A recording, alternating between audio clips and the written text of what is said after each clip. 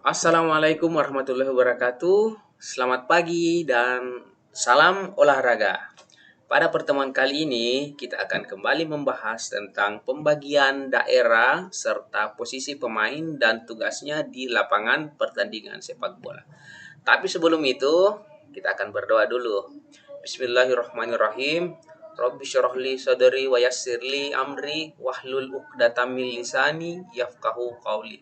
Raditu billahi robba wa bil islami dina wa bi Muhammadin nabiyya wa rasula. Rabbi zidni ilman warzuqni fahman.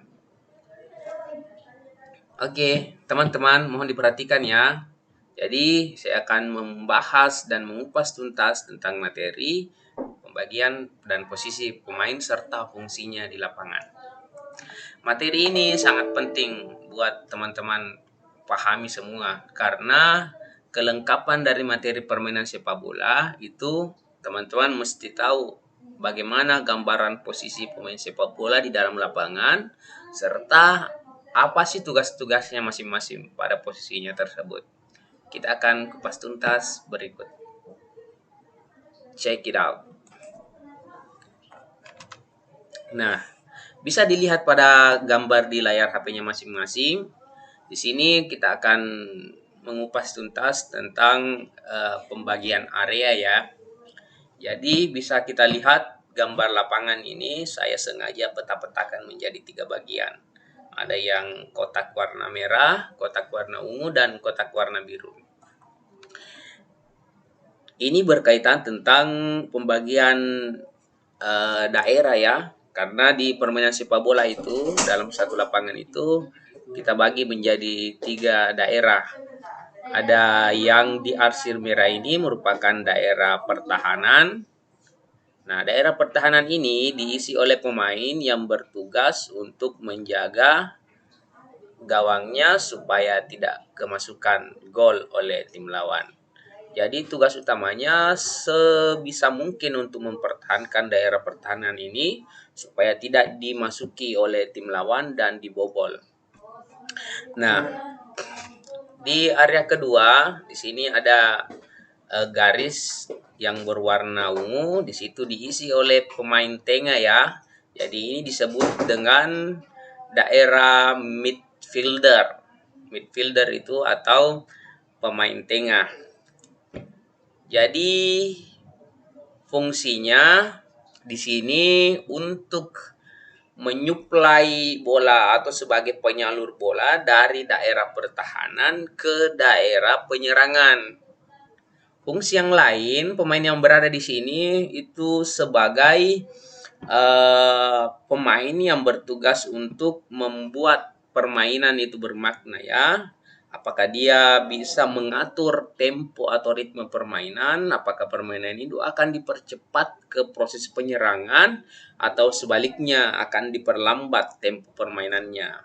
Jadi ini pemain yang berada di tengah ini dia sebetulnya tugas utamanya mengatur ritme permainan serta menyuplai bola ke daerah atas dari bola yang dikirim melalui pemain di daerah pertahanan.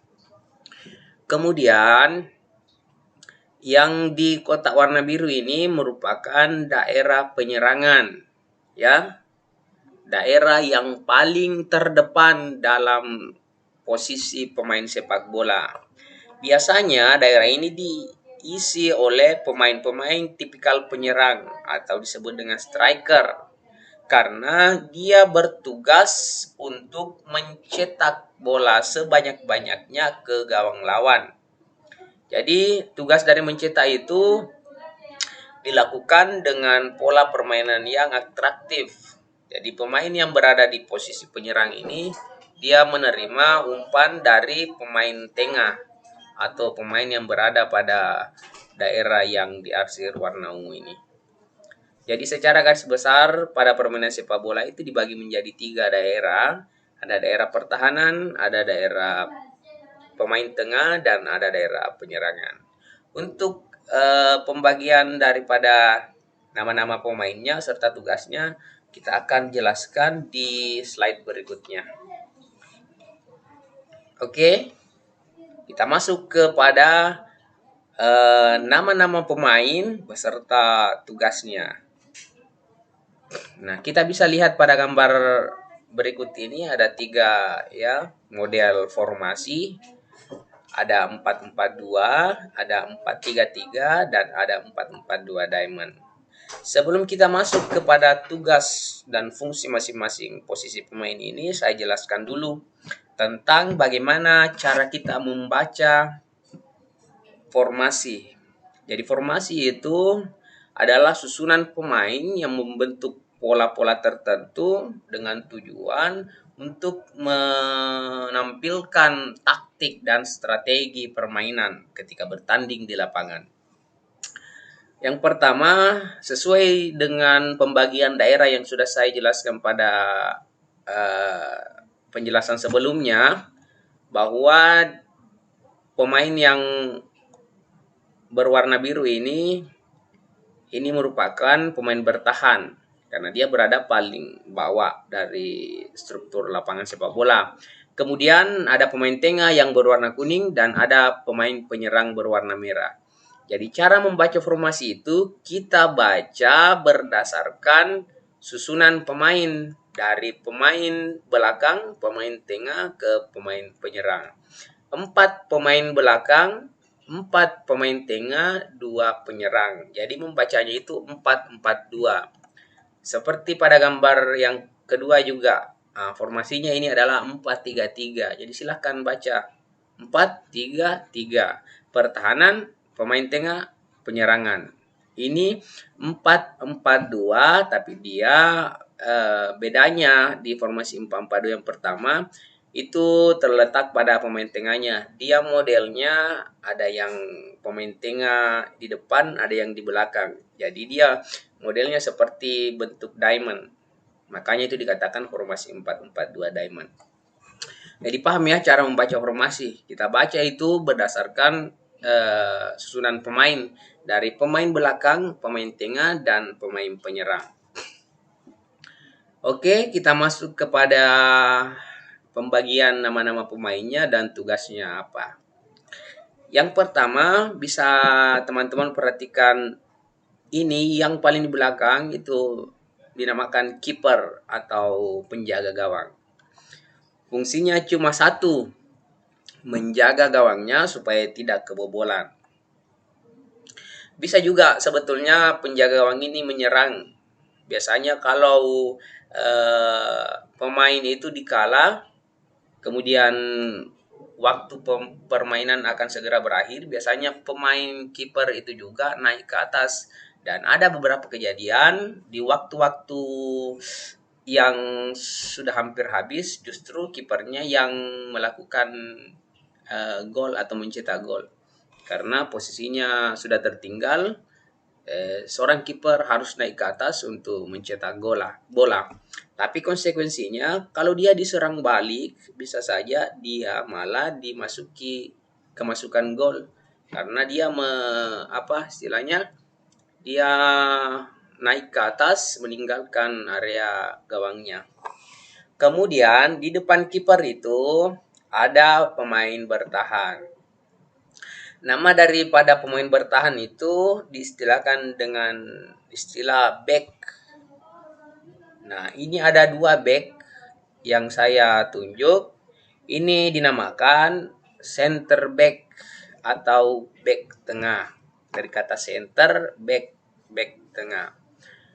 Kemudian di samping kiri dan kanan itu ada yang namanya full back atau back penuh.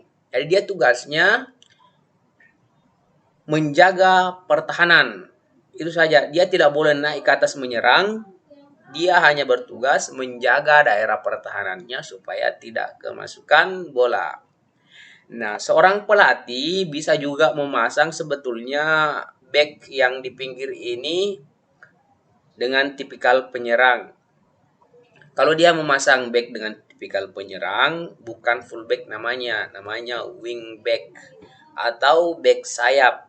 Jadi tugasnya dia bisa saja naik ke atas membantu pemain penyerang ini untuk mencetak bola, dan ketika dia diserang balik, dia kembali turun ke bawah untuk menjaga pertahanannya.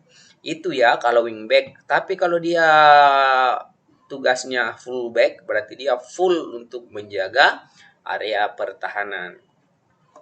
Kemudian next kita masuk ke pemain tengah. Nah, pemain tengah ini diistilahkan dengan midfielder. Mid artinya tengah, field artinya lapangan. Jadi midfielder seseorang yang bertugas mengatur bola di tengah lapangan. Jadi kalau kita perhatikan ada 4 pemain yang berposisi menjadi midfielder ya. Di sini 2 sejajar di tengah itu namanya center midfielder atau pemain tengah yang berposisi di tengah. Dia di sini menjaga jarak di antara temannya ya.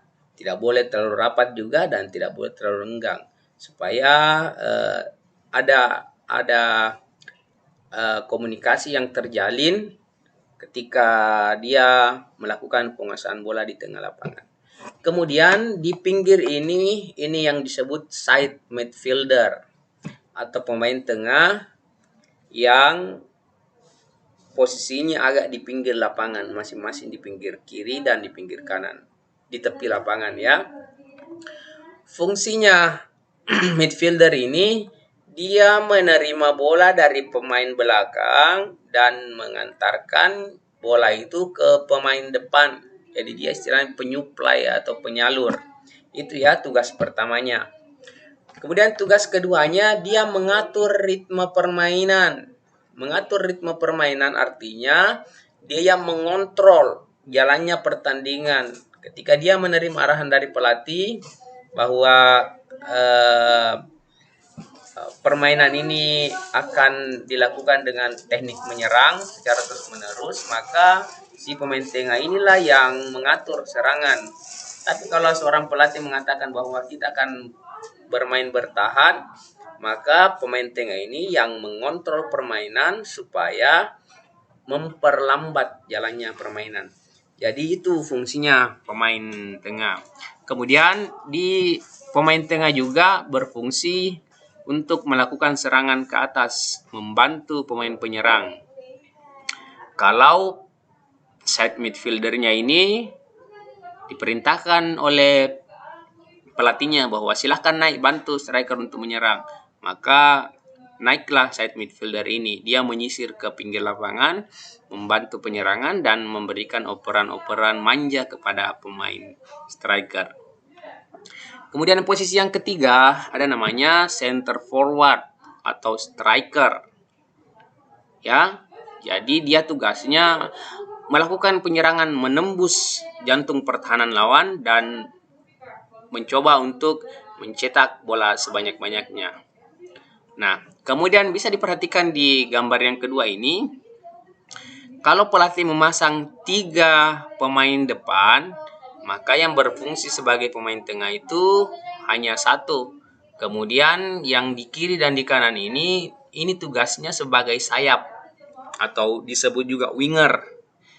Jadi apa tugasnya winger? Tugas dari winger adalah menyisir pinggir lapangan, masuk ke jantung pertahanan lawan dan memberikan umpan-umpan manja kepada penyerang tengah atau center forward. Dan yang berlari menyisir lapangan di pinggir sehingga mencoba untuk menarik pemain bertahan lawan dan kemudian mengelabuinya dan memberikan umpan ataupun melakukan syuting langsung ke gawang lawan. Kemudian di gambar yang ketiga ini ada sedikit perbedaan meskipun formasinya sama 4-4-2. Letak perbedaannya ada di pemain tengahnya. Kalau di gambar pertama posisi pemain tengah itu agak sedikit sejajar, horizon, maka di 4-4 diamond ini posisi pemain tengahnya ada yang secara horizon dan ada yang vertikal. Coba kita lihat di sini, ini namanya offensive midfielder atau gelandang pemain tengah yang membantu penyerangan ya, dari kata offensive artinya bermain terbuka, menyerang. Nah, di belakangnya atau di bawahnya ada defensive midfielder atau gelandang pemain tengah yang membantu pertahanan. Kemudian set midfieldernya sama gelandang sisir atau gelandang yang berada pada pinggir lapangan. Formasi ini sebetulnya sangat sulit ditembus oleh tim lawan karena dia berlapis. Ya, kalau pemain lawan itu melewati striker, dia akan berhadapan dengan offensive midfielder atau gelandang serang. Kalau dia melewati gelandang serang, dia masih ada side midfieldernya. Setelah itu masih ada defensive midfielder atau gelandang bertahan. Jadi formasi ini sangat strategis sebetulnya dipakai. Ya. Jadi tugas daripada offensive midfielder, dia naik ke atas membantu penyerangan. Nah, kebalikannya defensive midfielder itu tugasnya untuk membantu pemain bertahan atau back dalam melindungi daerah pertahanan dari serangan lawan. Ya, mungkin itu saja materi yang sempat saya sampaikan. Jadi kesimpulan daripada materi ini bahwa struktur formasi permainan sepak bola itu dibagi menjadi 3, ada pemain bertahan, pemain tengah, dan pemain penyerang. Untuk nama-namanya saya sudah jelaskan satu persatu beserta tugasnya. Silakan teman-teman mencari referensi lain kalau untuk memperkuat referensinya. Jadi sebelum kita akhiri pembelajaran, saya akan memberikan kuis. Nanti kuis itu saya sampaikan langsung ke teman-teman. Mungkin itu saja yang bisa saya sampaikan pada kesempatan kali ini. Marilah kita tutup pembelajaran ini dengan membaca doa kafaratul majelis. Subhanakallahumma wa bihamdik asyhadu an la ilaha illa anta astaghfiruka wa atubu ilaik. Assalamualaikum warahmatullahi wabarakatuh. Sampai jumpa. Salam olahraga.